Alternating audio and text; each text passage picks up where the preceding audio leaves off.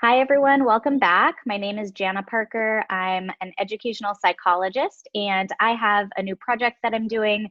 It's a passion project of mine. It's called EDU Switchboard. You can find all of these recordings at eduswitchboard.com and also on YouTube.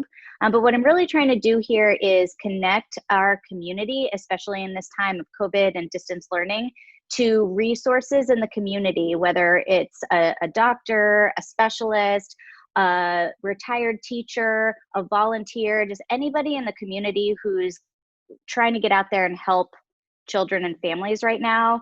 I'm hoping to connect you. So today I'm bringing to you Mackenzie Wessner. She is a nurse practitioner, and I worked with Mackenzie for a few years at the Center for Developing Minds, which is a kind of a holistic clinic in Los Gatos, which Mackenzie's going to talk about. But Mackenzie is a fantastic nurse practitioner. She was really great to collaborate with and consult on cases with, and I still do that with her today in my practice. So Mackenzie, welcome. Thanks for joining me. Thanks for having me. Yeah, absolutely. Tell us a little bit about yourself and what you do. So I am, like you said, a nurse practitioner. I'm a behavioral and developmental pediatric nurse practitioner, or behavioral NP for short. And like you said, I practice developmental, behavioral, and mental health healthcare at the Center for Developing Minds in Los Gatos. And how did you get your start? How did you pick this field? What was your path toward this profession? Yeah, that's a good question. So I originally started out in community health, and I worked as a teacher at a startup private school for kids affected by autism. And I was trained and certified in behavior therapy. And so I worked in that capacity throughout my graduate studies at UCSF. And I was certified as a public health nurse throughout that experience. And then I ended up studying advanced practice pediatric nursing and focused on child development and behavior. And I ended up doing a minor in genomics. So I had a nice background to go into the field. And I think, the big thing, it's just been my calling, right? It's been what I have felt I am meant to do. And I am passionate about it. And I really value that high quality, individualized care that meets people's needs. Awesome. Great. Yeah. And tell us about, what population do you serve? What age groups? What services do you provide? Intervention tools, things like that. Yeah, so I generally serve children between the ages of 2 and 26, so it's a pretty wide range. I also serve their families and then other stakeholders, educators, just sort of supporting the community that supports them. And I identify and treat issues related to any sort of developmental learning, behavioral, mental health concerns, whether that's for a young child or a young adult. When I, is there anybody, so what is a family, when would they come to you? When would a family want to see you versus another medical professional? Yeah, that's a good question. I would say that, when there are any concerns or questions about, what's going on. So, for instance, when parents have questions about behavior or academic progress, learning, attention, mental health, any of those questions or concerns, especially when there's pretty significant concerns, when a child or teen is struggling, whether that's at school or socially, those are all common reasons that families reach out to us. And sometimes it's questions about wanting to make sure that their development is on track, questions about autism, questions about anxiety, panic. There's a pretty wide range, but generally, when there are concerns, it's good to reach out and figure out whether or not it makes sense to schedule an appointment. Speaking of autism, do you diagnose autism? I do, right. So I actually do screenings for autism routinely, but I also can provide formal autism diagnostic assessments. So those take a little bit longer, and I'll do different types of assessments depending on, the age. But generally, when there's a pretty strong concern for autism or when autism is suspected, I do a formal evaluation for it. And that can help, it helps in a lot of ways, but I think generally accessing services is something that is very important, and a diagnosis is often a huge part of that process. Hmm. And you said something about treating mental health. Why would a person come to see you for mental health versus a therapist? What's the difference? Yeah, that's a great question. I would say that there is some overlap. I do provide more short-term counseling, supportive counseling, but when it comes to really answering questions and providing guidance, that's something that um, is an important part of what I do, right? So I have families who come in because they're unsure, they're uncertain of what's going on. They want to understand things better. They want to figure out what next steps make sense. And also just to sort of monitor for people that have a background of difficulty with learning or mental health, and families who are wanting to monitor progress. That's another thing that I help with.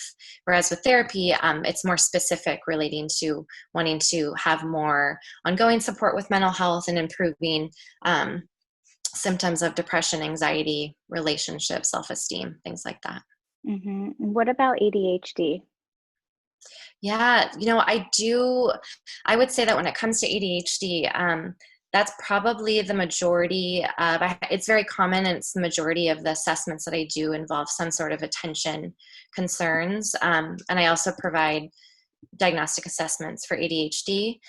Um, like I said, I do incorporate some counseling into those appointments, and obviously like ongoing monitoring of, um, you know, self-esteem, mental health, and things like that. And therapy is often a recommendation that I make. I often recommend that families and children do reach out to a mental health therapist to get the support that they need. But it's also individualized. So. Thank you. And then are there any kids or any referral that's not really your thing? Like who do you refer out, or who's not for you? Let's see here. Well, I don't provide formal learning disorder testing or like intelligence testing. So when there's pretty pretty big questions about how a child is learning specifically. So for instance, whether or not they do have a learning disorder, when there's been a really established history of learning difficulty, or suspected learning dysfunctions, I tend to refer those to psychologists like yourself, educational psychologists, and just making sure that families are getting a more in-depth assessment of learning if that's needed. Hmm. Great. Yeah. Let's see. What else do I want to know? W- What um, what are you really concerned about during this time when families are at home? And in addition to that, what is like one key tip that you would give to families to help support them during this time? Yeah, I would say my main concern right now is probably pretty general. And I think mental health comes to mind because I think it's a concern. I think it's something that's a pretty universal concern right now, that we are tending to experience more, maybe more fatigue, just sort of, feeling the weight of this pandemic. And just it's can be depressing. But I would say that in terms of having the opportunity to be at home and to sort of maybe do things that we wouldn't otherwise have the chance to do, or maybe have the space, and sort of at home time to do, I think I would suggest that parents help their children develop improved organizational strategies, or set those up for them. So providing that structure, that's going to be really important for their success, as well as looking into resources to utilize, whether it's a resource like this. So looking into improving their own education about how to help their child or their student, and then also just engaging their learner more. So talking with them, finding out more about how they're learning, what they're understanding, and maybe what they're struggling with. Yeah, great. I don't know if we touched on this yet. Like I had another question kind of related to others, but why might a family see you versus a child psychiatrist? What's the difference there? Yeah, it's a common question. I think that when it comes to the difference, I would say that psychiatry is pretty well set up to deal with more significant or severe mood disorders. So, for instance, when someone is really experiencing a mood dysregulation disorder that maybe hasn't gone, maybe there's been some access to some mental health care and there's been a medication trial, maybe there hasn't, but it's a pretty significant mood dysregulation issue or something related to pretty severe symptoms, right? Those are some reasons that I often refer to psychiatry. There's a lot of overlap between the two, quite a bit actually, but I would say that there are certainly things that psychiatrists are really strong at. And then when it comes to developmental and behavioral pediatrics, I think some of the more subtle social difficulties often come to light. Same with like some of the attention difficulties. I think those are things that I do well with, especially with some of the youngsters who might struggle to get the care that they need with psychiatry.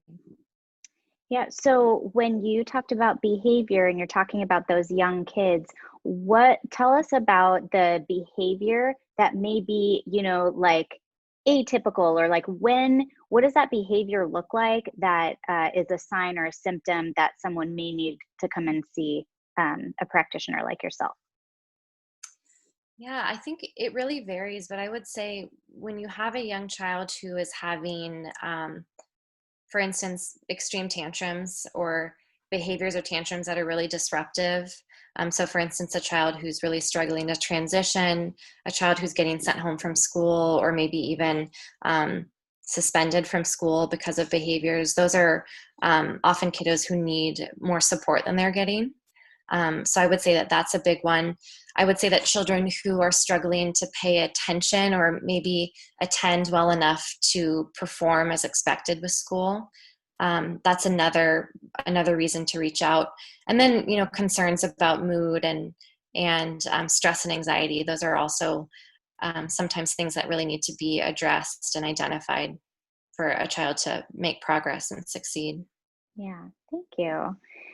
So what is the way for parents to access you? How do they get a hold of you? So parents can contact our office. They're welcome to contact the Center for Developing Minds directly. They're welcome to ask for an assessment with me, and they're also welcome to talk to our patient care coordinator who can help understand concerns, answer some questions, and then ideally match a family with someone who can offer the right kind of support.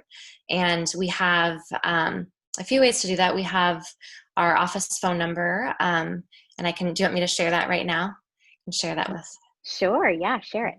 So our office phone number is 408-358-1853. And that's probably the easiest way to get in touch with our office. We also have an email that can be used. It's info@devminds, devminds.com. So people are welcome to email our office to sort of set up something or inquire about our services. So those are probably the two best ways to get in touch with us.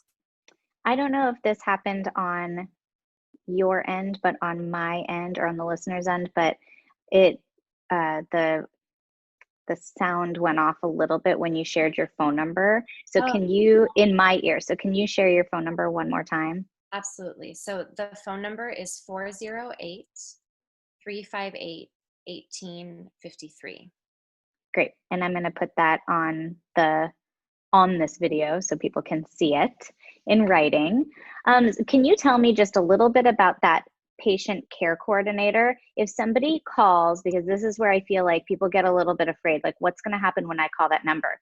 Do they get right to that patient care coordinator who can answer questions, or like what do they say to get them to someone who can answer their questions and make them understand if you might be the right person at the clinic for them to talk to or have an assessment with, or if it's somebody else at the clinic that they might need to speak with? Yeah, I'm pretty sure that the patient care coordinator is going to be the one who's on the receiving end of those calls. Although, if that isn't the case, right? If there's, well, for instance, if there's no answer, we do check our messages. So that's an option. And I would say when calling in, I would suggest, just explaining what you're looking for. So if you have questions about behavior, maybe if you're seeking therapy, that's also something that could be stated from the beginning to help direct someone that direction. but it should be a pretty seamless process. Awesome. Great. All right. Well, is there anything else that you feel like we didn't cover that you're like, oh, I need, I forgot to say such and such? Yeah, I was actually going to share another tip for being at home right now, because I know a lot of people are struggling and also probably having more time on their hands. And I would say that a really universal support is meditation. And we are blessed with technology right now. And I would say that there are a few different apps that can make that more accessible for people. There's an app called Insight Timer. I think three of my favorites: Insight Timer, the Calm app, as well as an app called Headspace. And I often recommend Headspace for some of my youngsters and school age kids. Great. I will link those in the description of this video as well. Great. Yeah. Well, it's been really a pleasure talking to you, Mackenzie. Thanks so much for joining me.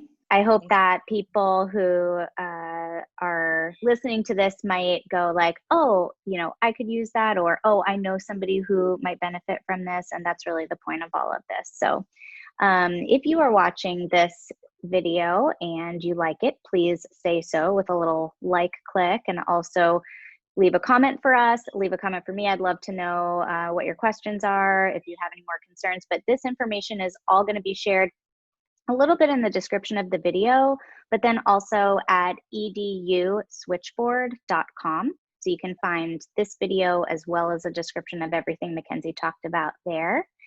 And that's about it today. So thanks so much for joining us. Thank you, Mackenzie.